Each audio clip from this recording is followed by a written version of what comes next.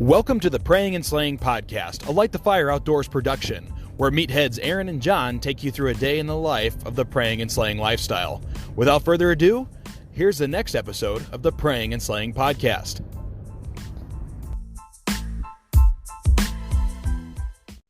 All right, guys. Well, we got a new guest on today, and actually going to be a new host for us too at the Prayin and Slayin podcast. His name is Jeremy Chvilicek, and to kind of kick this off, we both just got back from a really awesome hunt down in New Mexico with the guys from Tactacam for a hunt that Jeremy actually won. So really, really cool opportunity and a cool story to just kick this whole thing off. So I'm going to let Jeremy intro himself a little bit, and then we'll get into the story of Jeremy's Tactacam Platinum team level hunt. Well, thanks, Aaron. So yeah, like Aaron said, I'm Jeremy Chvilicek. I live in Ennis, Montana, and I love to hunt and fish and do all the outdoor things that everybody does. And I grew up here in Montana, and I've been hunting and fishing as long as I can remember, and was blessed enough to go with Aaron and a bunch of the guys from Tactacam on a hunt in New Mexico. Before we got to New Mexico, I mean, you had to earn that trip, and Jeremy and I have had the cool opportunity to work together at Tactacam in some different capacities over the years. Started off with the team stuff, and then moved into more of a sales type role. So, what did you have to do to win this hunt? Because you were the sole recipient of a New Mexico elk tag this year for your efforts. Sure. So basically, I just had to take and live and breathe Tactacam, it felt like, for a little while. I think my wife called me a little bit crazy a few times there.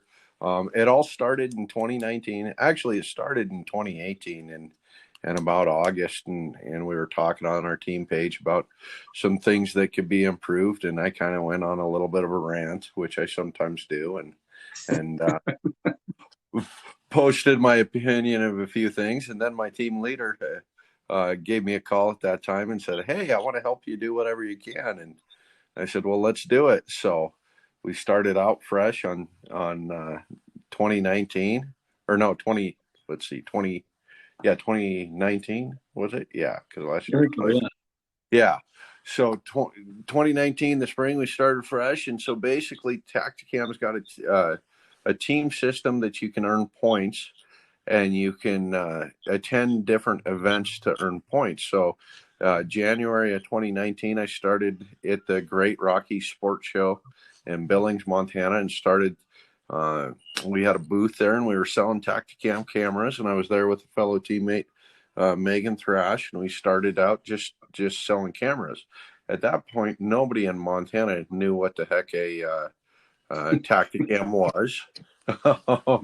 It also was not legal to have a Tactacam mounted to your bow.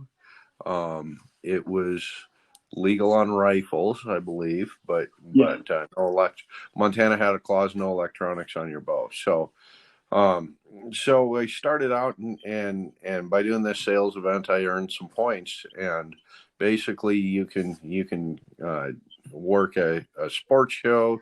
You can go to banquets, or you can work with dealers and do sales days to hit the goals. And each level, there's bronze, silver, platinum, or bronze, silver, gold, and platinum. And each level has different rewards and points and stuff like that. And the ultimate prize was the platinum prize, which was a big game hunt, all expense paid, all inclusive big game hunt. So I said, well, shoot, I want to win that hunt. And so I started at that time calling my team leader, and then calling Aaron, the sales guy, about 3 or 4 times a week, bugging the heck out of him, saying, what can we do to hit platinum? And that started the hashtag Road to Platinum. So we ended up lining up a bunch of events. I think I don't have the numbers in front of me, but at the end of it, we calculated it. I spent, I don't remember, 15 or 20 days doing different events and banquets with Tactacam. And I think I had like 3,200 miles across the state of Montana to make that happen. So definitely awesome. Definitely awesome. We almost drove that far to New Mexico, or half that far to New Mexico. I was say, about. but yeah, so long story short, we took and I ended up getting the hardest part was having dealers hit their sales goals, and I had the third dealer hit their sales goal right before Christmas in 2019. And so I think it might have been Christmas Day of 2019. Aaron called me up and said, how would you like a fully guided elk hunt for your platinum prize? And I said, heck yeah, there's nothing better than hunting that. So that's what started the trip to New Mexico, I guess.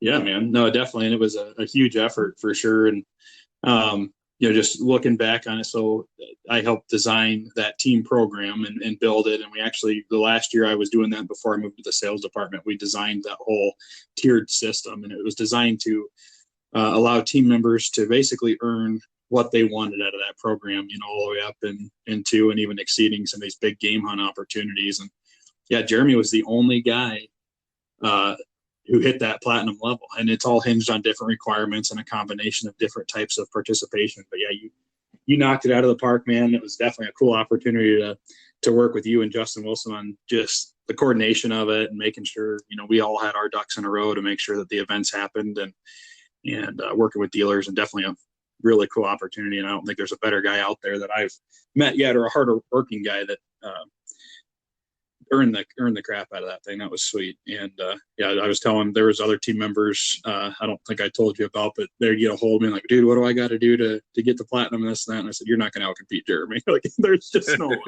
you can, and it's not, and the way that program was set up, it's, you can put all the effort, that you can into it, and that's definitely needed. But there's other technicality factors that go into it as well, which put the icing on the cake. So definitely, cool thing. And it was really neat because we had launched that program for the first time, and you achieved that highest level goal the first year, which was really cool to see.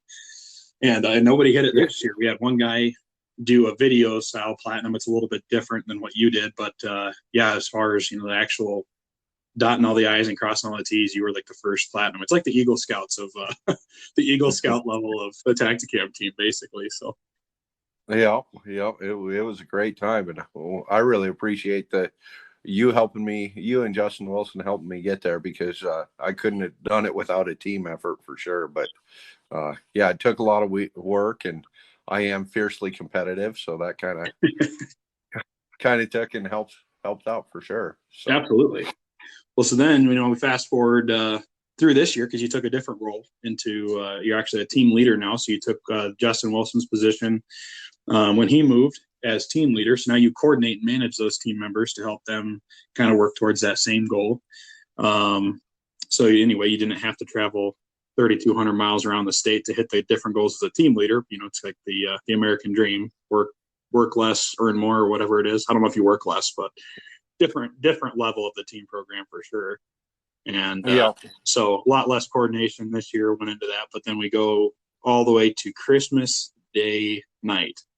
And so Jeremy and we went out on, I got invited later in the year by Jeff, the owner of Tactacam. And he said, hey, how would you like to go on this hunt that you helped Jeremy achieve? And I said, let me ask my wife real quick. Yes, it's happening. I'm coming. So anyway, so it was really cool to be able to travel down there with you and spend some time with you in camp. But it started Christmas night. We buzzed out of, I live in Great Falls, Montana. You live in Ennis, Montana. So it's an even 3-hour drive for the both of us, about 3.5, I guess, for me to Billings, where we dropped your truck off and headed out. So we have a 12-hour drive from Billings to New Mexico.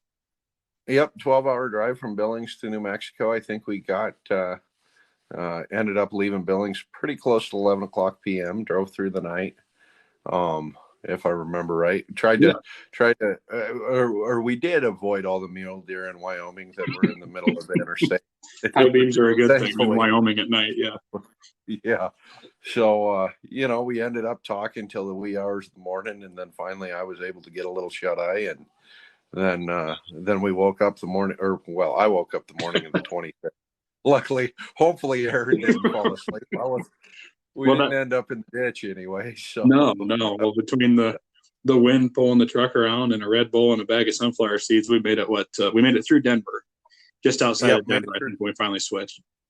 Yeah, I think it was right outside of Denver. We switched, and I ended up driving, and then Aaron ended up sleeping. And I just wanted to stay awake to see the Broncos stadium again. What's that? You stayed awake for the Broncos, or I had to stay awake. That was my goal. I'm gonna see Mile High Stadium before I go to sleep. Oh, okay. Yeah. So then we ended up going through Colorado into northern New Mexico, and rolled in at about 11:15 to Teos, New Mexico. If I said that right, or if I said that wrong, that's fine too. Cows, like cows, Teos, cows. Yeah, probably. That would make sense. Yeah. And we met up with the other guys from Tactacam, Jeff Peel, the owner, his wife Tara, their 2 kids, and Ben Stern, the guy who actually invented the Tactacam way back when. Mm-hmm. And so then we took and met up with our guide. That was kind of an interesting experience. There's some interesting COVID restrictions in New Mexico going on. Well, yeah, just for anybody who's listening, if you're not from New Mexico, and I think it was actually a local ordinance. I don't know that it's statewide. I'd have to look into it more, even though I don't want to. $500 fine if you're caught outside without wearing a mask. Apparently, none of us got fined and didn't have masks on, but that's another story. So, yeah. So hopefully we don't end up getting a present from the city of Teos, right? Mail here in the next few days that says, "Here's your fine for not wearing your mask." So yeah. So then we met up. We took and we got our tags for duplicate. So we bought our tags. I don't know about you, but I bought my tag late enough that it didn't have a. It gave me a notification that if they mailed the tag, it wouldn't arrive in time. So it suggested doing an e-tag. But then we got to Teos and talked to our outfitter, and he said, we don't really have service on the ranch. So we should see if we can get a duplicate tag if we want. And some of the other people needed to get the duplicate tag anyway. So we went to duplicate tag, and that took about an hour and a half. It was a little bit of a slow process there. Yeah. At the local grocery store. But we did that, and then we saddled up and filled up the vehicles with fuel one last time, and we had 70 miles to hunting camp. Mm-hmm. So then we drove through hunting camp, or we got off the main highway there after about, 55 miles, quite a ways, and got on some dirt roads that were a little bit snow covered, so got to use the 4-wheel drive. Didn't need to, but got to. Put it in for super safety. Yeah, super safety. We didn't want to go that far and end up in the ditch after all that. Well, exactly. So when you got the only Dodge in camp, you don't want to be towed out. Yeah, that is the truth. That is the truth. So didn't the guide have a Dodge though? It wasn't the retrieval truck a Dodge. Oh, you know what? It was. Yeah, and that's what he was driving. Yeah. Never mind. I stand corrected. And Mateo, your guide had a Dodge too. He did. Yeah, I was glad. I wouldn't rather shoot my elk from a different truck than a Dodge. When it's all said and done, I was glad that it was had the Ram symbol on it. Well, that's good. That's good. So I think it brought us some luck because we got into camp. We shot some guns and then hung out for the rest of the day. And then day one started. Yeah, day one started. We got up early and had some coffee, and we're off to the races. So why don't you tell us what happened on your day one? Because your day one was way more exciting than our day one. Yeah, so it couldn't have been lucky enough. Actually, day one was fast and furious for sure. Like Jeremy said, we got up, drank coffee, kind of got a game plan together, and the guides divvied us all up into groups. And I was the only guy that went out solo, so to speak, with a guide one-on-one. And I couldn't have asked for a better guide. I mean, heck, we went around. So basically, we got in the pickups. We're going to drive out to an area where we're going to glass and kind of start hunting. And on the way to that spot, around the very first bend in the road, we ran into a nice 6-point bull standing right on the timber line. He had a couple cows and a raghorn with him. And so we stopped the truck, glassed him. The guide's like, yep, that's a good bull. He's a shooter. Let's get out. So we actually went on about probably 300 yard or so, maybe a little bit further stock from the pickup to go out and into this timber patch and then come out of it into the clearing where he was to try to get a shot. And the bull was still standing right about where we had last seen him, which was perfect. I was kind of afraid we were going to bust him because that snow was just super dry and crunchy, but we must have played it just right. Anyway, we got about 250 yards from that bull and had a couple shooting options. I could have leaned up against one of two trees. From the better tree, the bull was blocked. There was a cedar. All you could see was his horns. A cedar completely covered his body. And then from the other tree was coming at like a 45-degree angle out of the ground, leaning back towards us. And it just, I'm 6 foot tall, so trying to squat and bend between the branches and get the gun rested. I did get some FTS footage of him, and you'll see that when we put together the video of this hunt. But yeah, it was as he started, he had enough, and he knew we were there, and he just kind of trotted off into the timber to disappear forever. So didn't end up making the shot happen, but it was really cool getting that first stock, got the blood boiling. I actually dropped my 5.0 wide in the snow back there and didn't realize it till later, but I was filming, kind of the guy leading the charge and everything. So we get back to the pickup and we round a different bend, and from the direction all the other hunters were, this ranch is absolutely incredible. And I really, to those guys that don't run it there at Wind Mountain, I hope that they have that in their family forever, because it's a really special place. But just, literally thousands of elk. We're, spotting a group of 200 here, 300 there, 400 over here.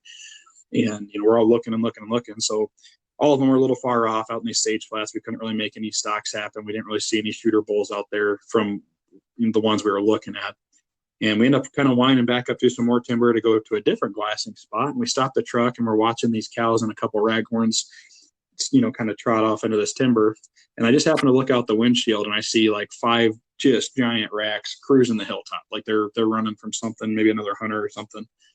And I told Mateo, was my guide's name. I said, hey, there's some bulls right there. And he gets on him. He goes, oh yeah. He said, the 2 front ones are definitely shooters. Let's get after them. So we get out and have basically just enough time to set the gun up, and the lead bull stops and he takes half a second, looks at it and said, that's a shooter, take him.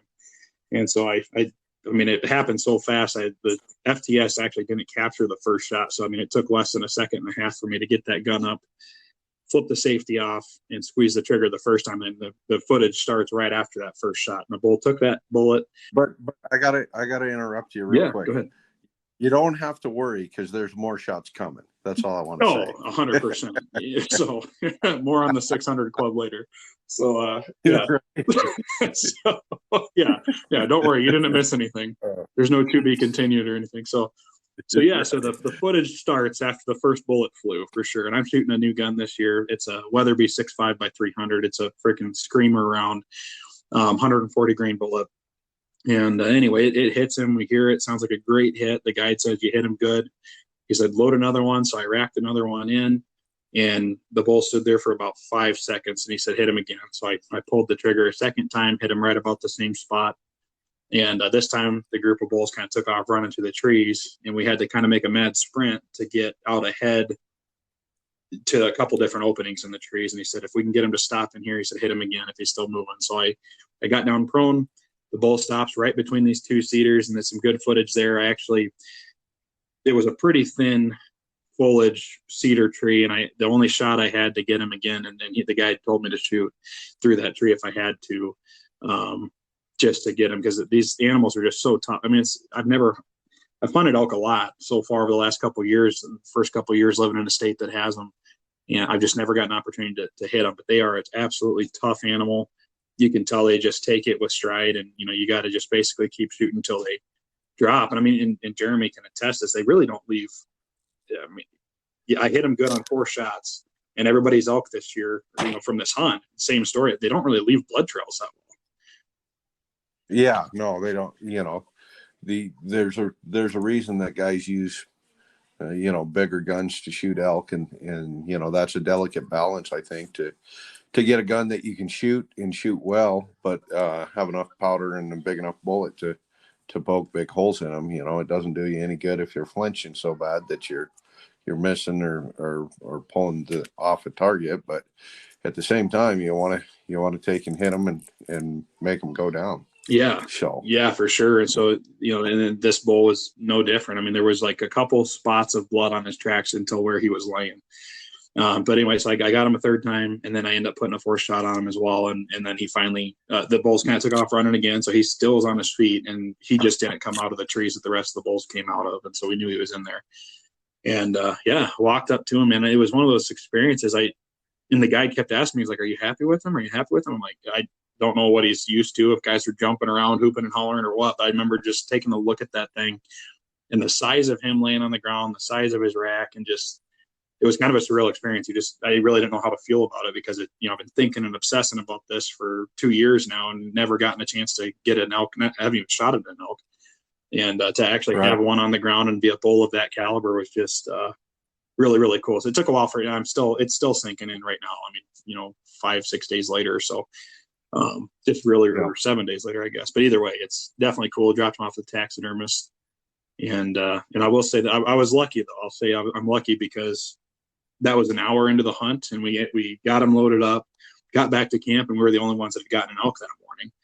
And but Jeremy, again, he said he's fiercely competitive. I think what happened with Jeremy's hunt was that he saw the size of my bull, and he said, "Man, I've got to get one bigger than that. I've got to get one bigger than that." So I'll let you take over now and tell your story, because it took you a few more days to finally get yours.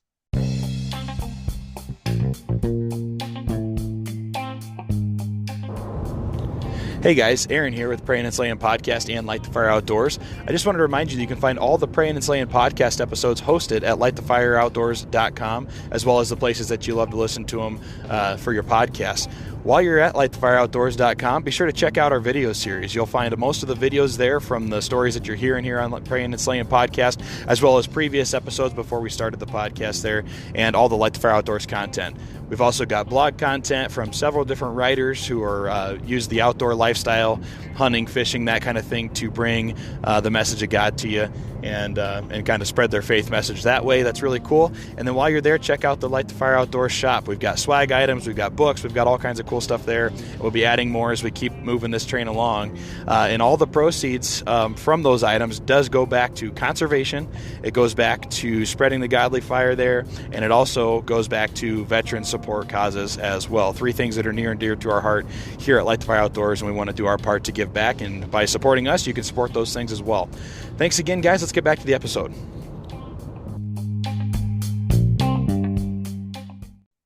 Well, yeah.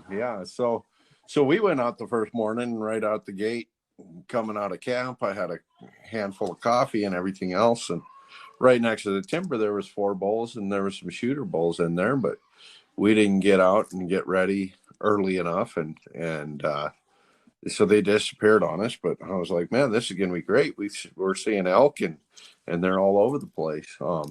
So we went out to the north end of the ranch, and we were watching Sagebrush Flats, where these elk go out in the nighttime and hang out, and then they come back in and in the morning. So they go out during the night to feed and stuff, and then come back and timber up during the day.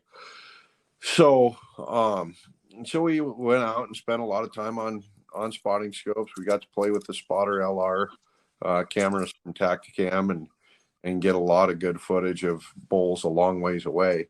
And we saw some smaller bulls. We just didn't really see anything to shoot at. So, we did see one, as our guide Donnie said, a big yellow school bus is what we're looking for.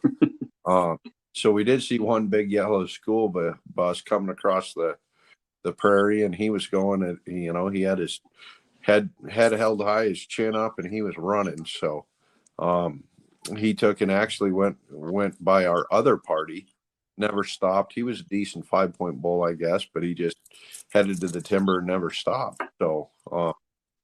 So after that experience, we just took and went back to camp and looked at Aaron's bull and watched the guys hang it up, skin it out, split it down the middle, which is kind of something I'd never seen done before. They split it like a beef, so you can take and cut up and get your bone in, ribeye, and your steaks and stuff like that. So that was kind of something interesting. Yeah, definitely. It was a cool method for sure.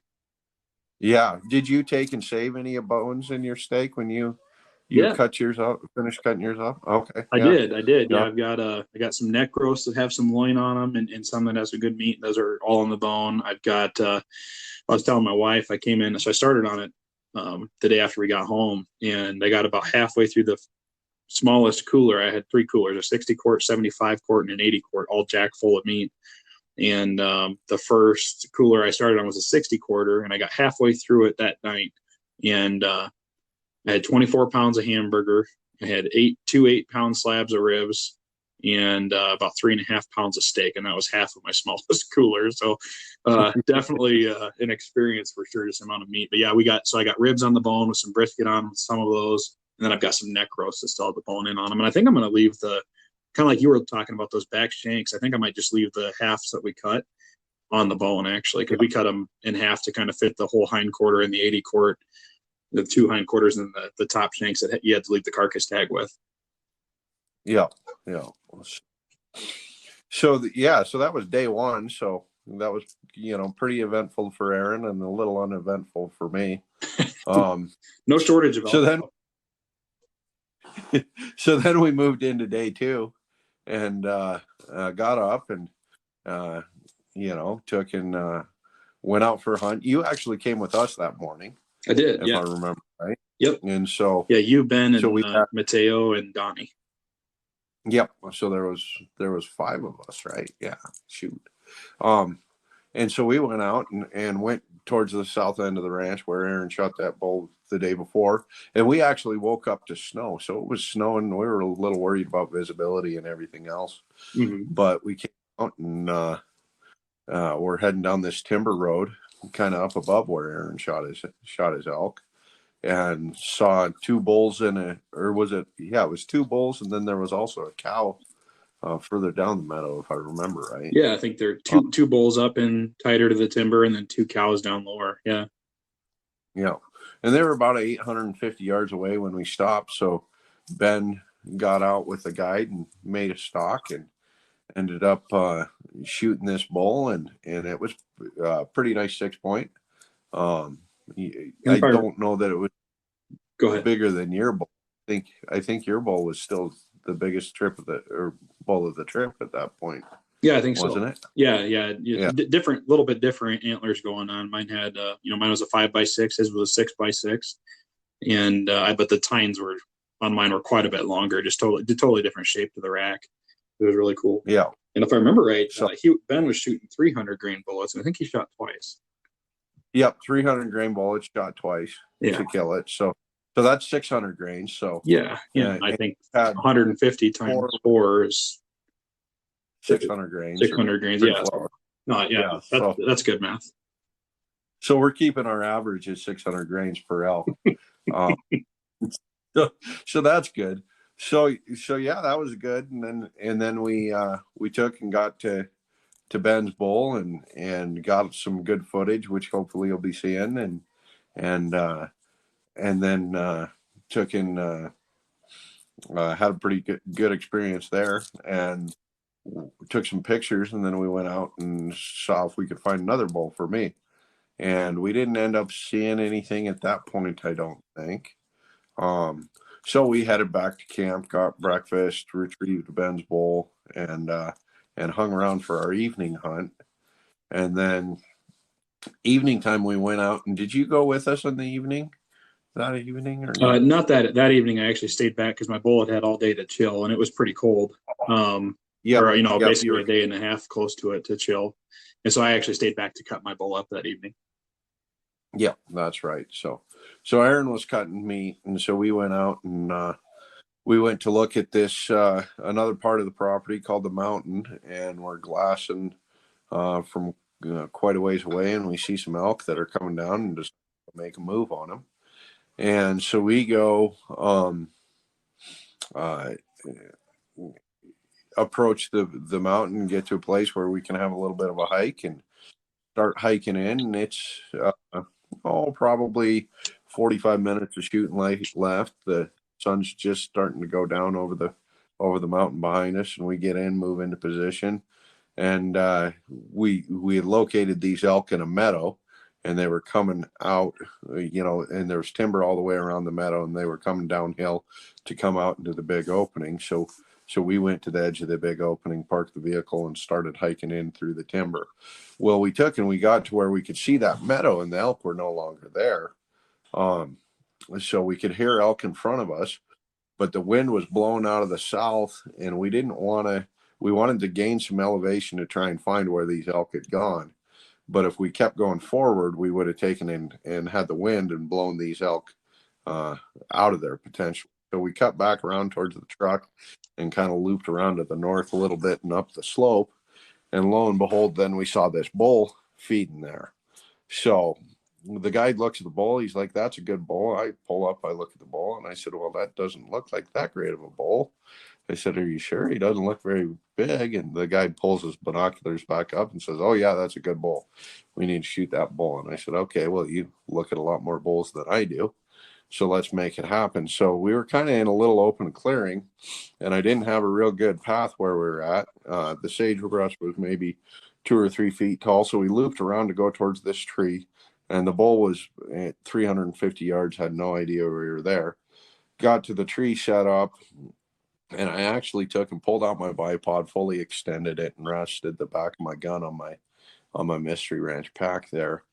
And I was watching the bull. Well, he was behind this pile of brush, and I didn't want to shoot through the brush and have my bullet hit a limb or something and end up wounding the bull. So yeah, definitely. So I was waiting for him to pop out and looking at him, and then the guide, he's just about to clear the brush. I need about one more half a step, and I've got his vitals out from behind this dead tree there.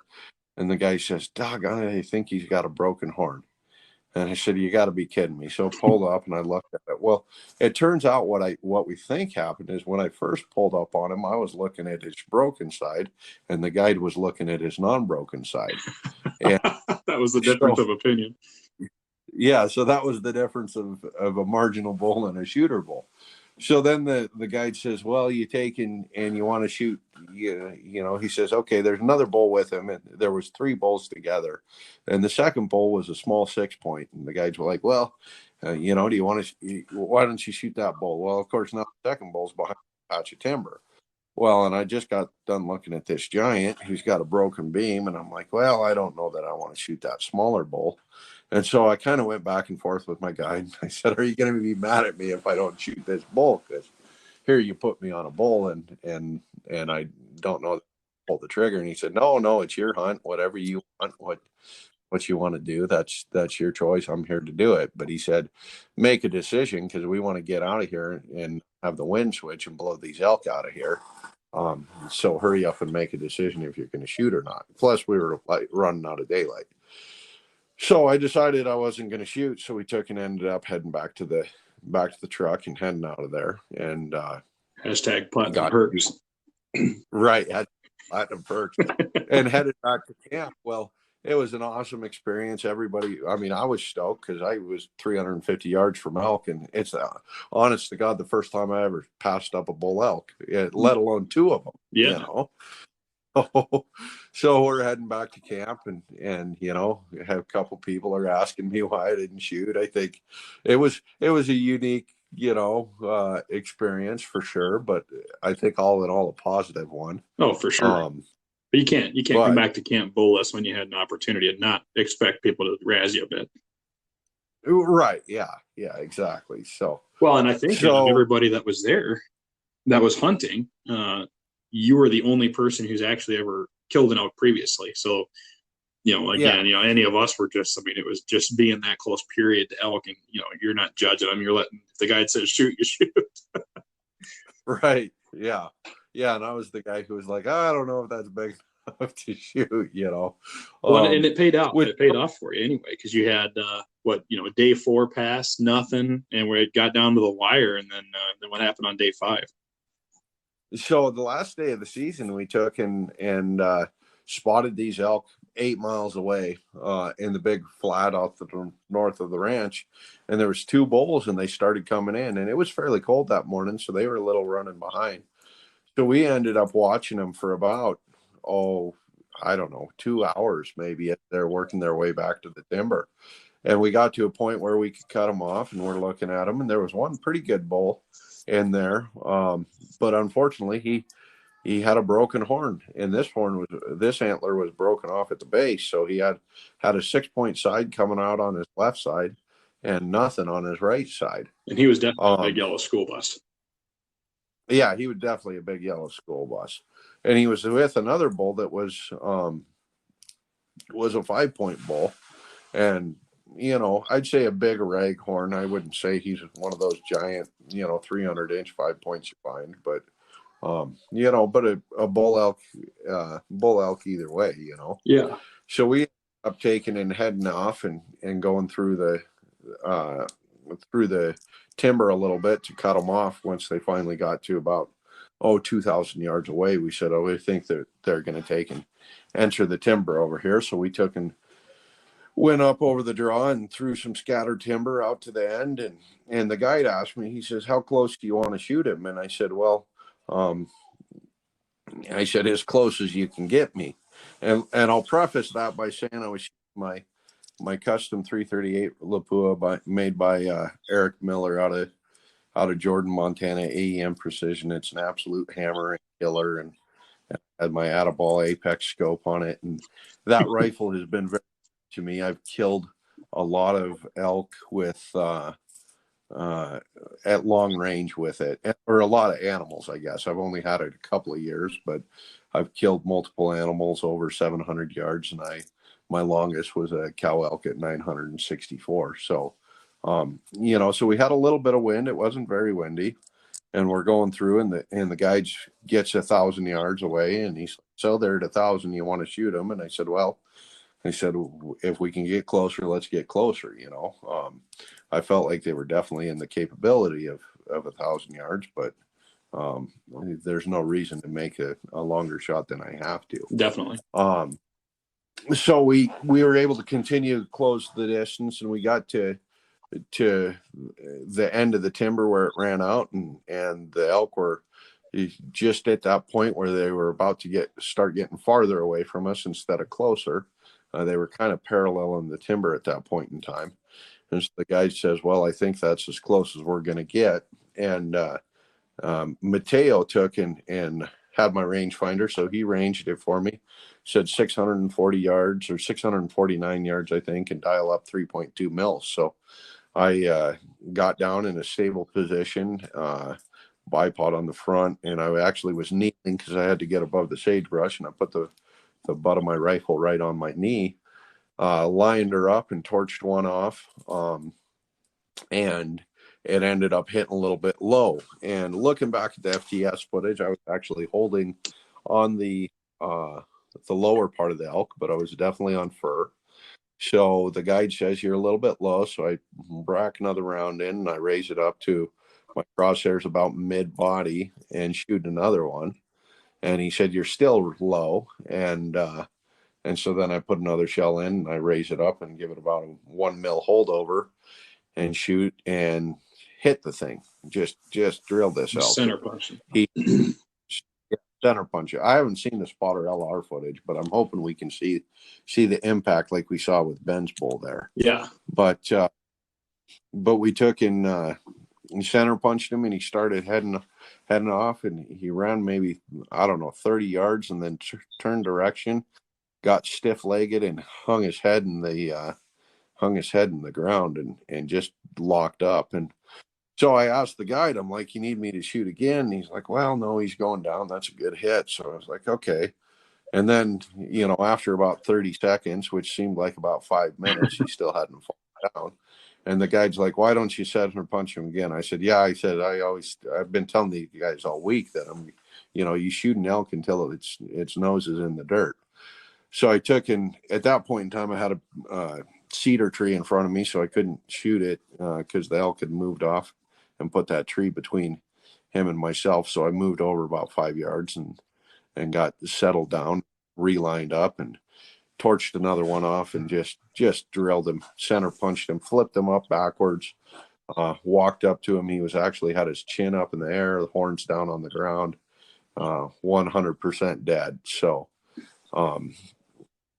we took and headed down went to retrieve him, and the rest of the party came up. They had to gather up and get back in the vehicles and gather their spotter LRs and all that good stuff. But was able to look at him, and we could actually see where the bullet went through him, where he was standing, where the bullet hit the dirt behind him, and the trail of blood coming out both sides and his nostril or nose. I mean, you could just see it pouring out three blood trails to track him the 35 yards. So yeah, that was pretty cool to see on the snow that was, a day or two old.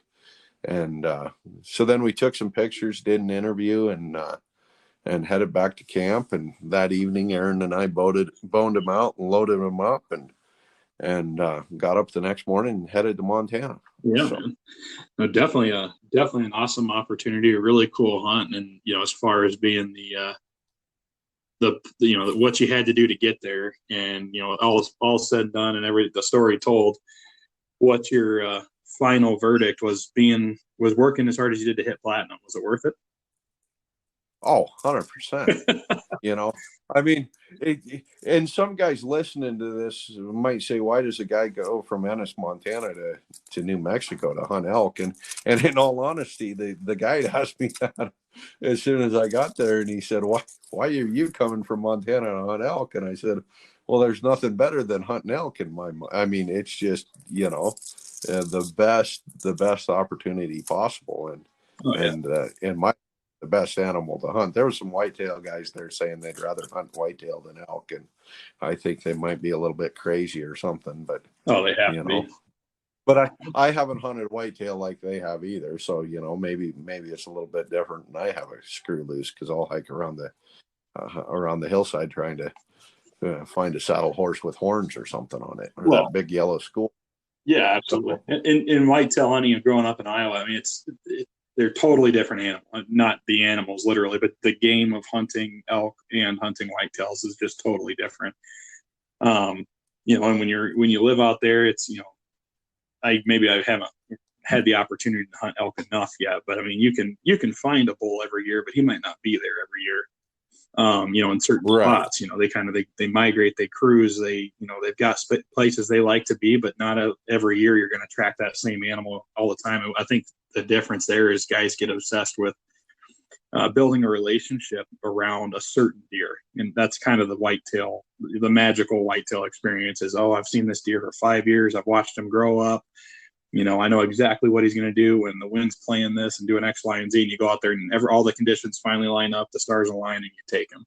So I think that's kind of the allure to it. And it's a lot of fun, but for a guy like you and having now had the Western experience for a few years under my belt, I don't think I'd ever trade mule deer, elk, or even whitetail hunting out here. It's just so much different. I mean, you can spot and stalk and move around. It's more adventure to it, I would say, than the tree stand, the typical tree stand ground blind type hunting you would do in the Midwest.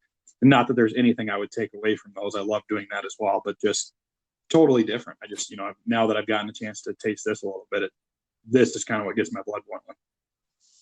Yeah.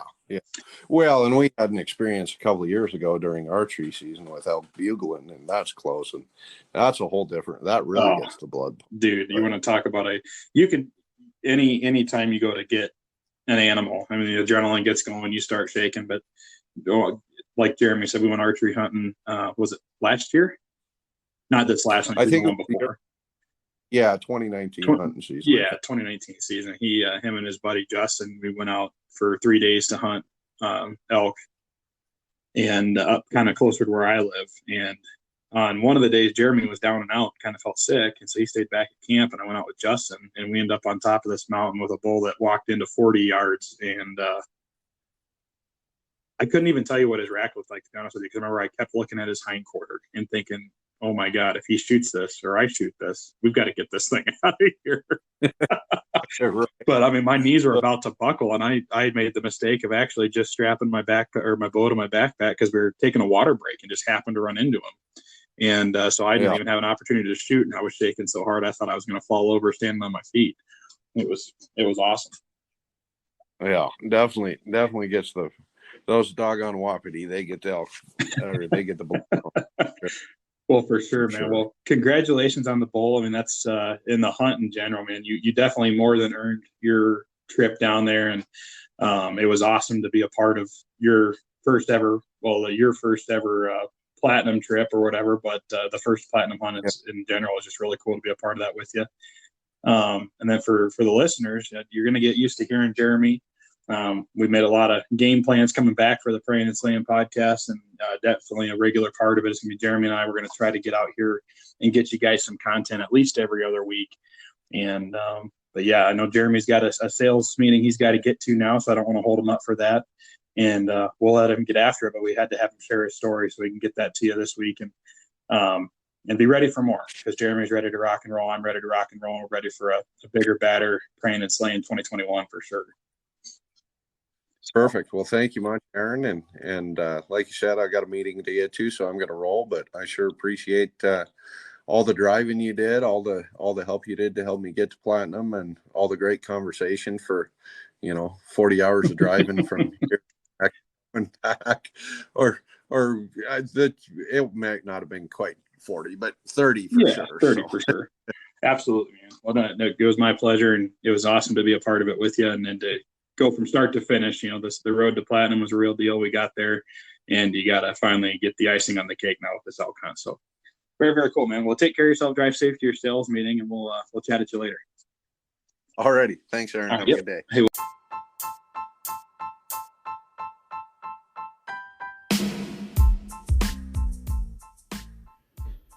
So there you have it, guys. That was Jeremy Chvilicek, Platinum Tactacam team member, one of the newer hosts on the Prayin and Slayin podcast. Like I said, get used to hearing his voice and hearing stories from him. The guy is a wealth of knowledge about hunting and just a great all-around guy.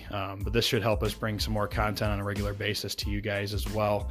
Having extra people in here, we got all conflicting schedules, and don't even get me started when hunting season comes. We've all got our own agendas and everything else. So with that, I hope you had a very, very Merry Christmas and a safe and happy New Year to each and every one of you guys. And we look forward to bringing you a lot more in 2021. Like I said, our goal is every other week with you. And I know Jeremy and I are going to be recording as much as we can, get John on here as well when he has time, and bring you a lot more hunting and a lot more Prayin and Slayin stuff here to come. So with that, guys, be sure to go over to lightthefireoutdoors.com. All the Prayin and Slayin podcast episodes are hosted there. There's a lot of other stuff you can enjoy for content from Dean Hulse. He's an outdoors ministry writer and just a great guy. I put some stuff on there as well, looking to expand that this year, and just all kinds of cool stuff. And all the Prayin and Slayin videos and Light the Fire Outdoors videos will be hosted there as well. So with that, guys, thanks so much for listening. We'll catch you on the next one.